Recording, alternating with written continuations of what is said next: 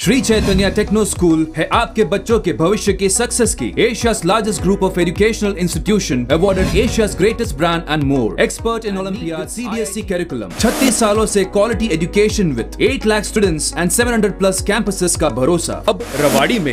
For admissions visit now at रवाड़ी. गेहूं की कम आवक और नमी के कारण पहले दिन रेवाड़ी मंडी में नहीं हो पाई सरकारी खरीद। 31,000 किसानों ने ही करवाया मेरी फसल मेरा ब्यौरा पोर्टल पर रजिस्ट्रेशन।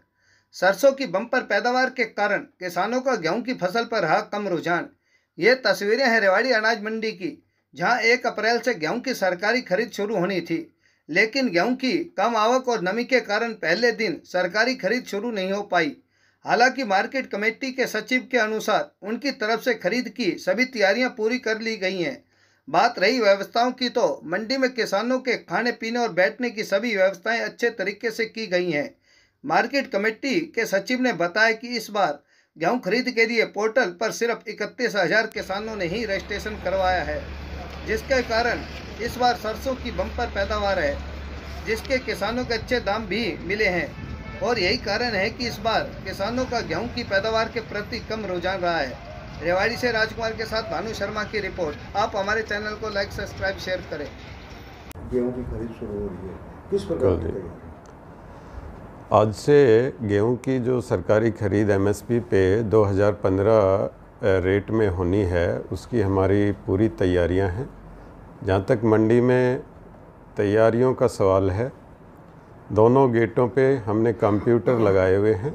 ऑनलाइन गेट पास कटेंगे, फार्मर गेट पास कटवा के मंडी में आएगा, मंडी में अपनी डेयरी कराएगा। जहाँ तक व्यवस्था का सवाल है, मंडी में बैठने के लिए किसानों के लिए किसान भवन है, 24 घंटे खुला रहता है। बिजली पानी की व्यवस्था है, 8 वाटर कूलर लगवाए हुए हैं हमने मंडी में। सफाई की व्यवस्था है। किसानों के लिए किसान अटल कैंटीन है, वहाँ पे वो अपना खाना खा सकता है। 10 रुपये की प्लेट है, उसमें 15 रुपये मार्केट कमेटी देती है, 25 रुपये की कॉस्ट आती है और बाकी किसी प्रकार की कोई दिक्कत नहीं है। 2 एजेंसियां अलॉट हुई है, 1, 3, 5 सोम, बृहस्पति और शुक्रवार वो हैफर्ड खरीदेगी।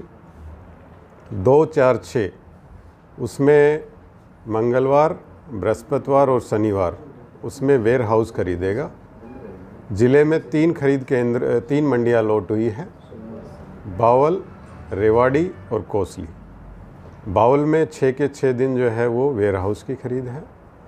तो एजेंसी आई हुई है, किसी प्रकार की किसान को दिक्कत नहीं आने देंगे।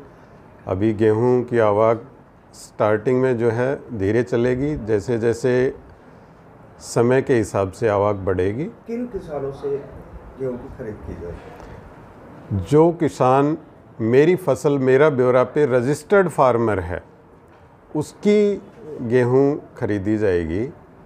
बाकी प्राइवेट इस पे एमएसपी पे नहीं बेच पाएगा फार्मर, रजिस्टर्ड फार्मर ही बेच पाएगा। सर, हर बार देखने में आता है उठान में बड़ी समस्या आती है, जाम की स्थिति बन जाती है सड़कों पर, मंडी में, उसके लिए क्या व्यवस्था है? लिफ्टिंग के बारे में तो देखो एजेंसी बता पाएगी, इसमें मार्केट कमेटी का कोई ज़्यादा रोल नहीं है, लेकिन फिर भी डीसी साहब ने सख्त निर्देश दिए हैं एजेंसी को भी कि उठान जो है वो 24 घंटे में हो जाना चाहिए और उनके पास पूरा अपना ट्रांसपोर्टेशन, लेबर वगैरह उठान का पूरा प्रबंध है। हमारा आखिरी सवाल, अभी तक कितने किसानों ने रजिस्ट्रेशन कराया पोर्टल? इस बार जो है गेहूं के फार्मर जो है वो कम हुए हैं, सरसों के किसान बड़े हैं। गेहूं के फार्मर जो है वो 31,000 जो है वो फार्मर ने रजिस्ट्रेशन कराया है। लास्ट ईयर से 25% फार्मर जो है वो गेहूं के कम है। क्या कारण? रजिस्ट्रेशन का एक तो लास्ट ईयर सरसों के जो रेट थे काफ़ी अच्छे, 8,000 से भी ऊपर सरसों हो गई थी, तो इस वजह से फार्मर जो है वो सरसों की उसने बिजाई ज़्यादा की है।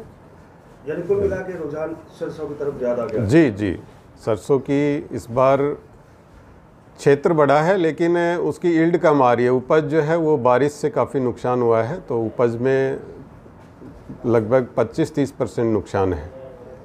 Thank you.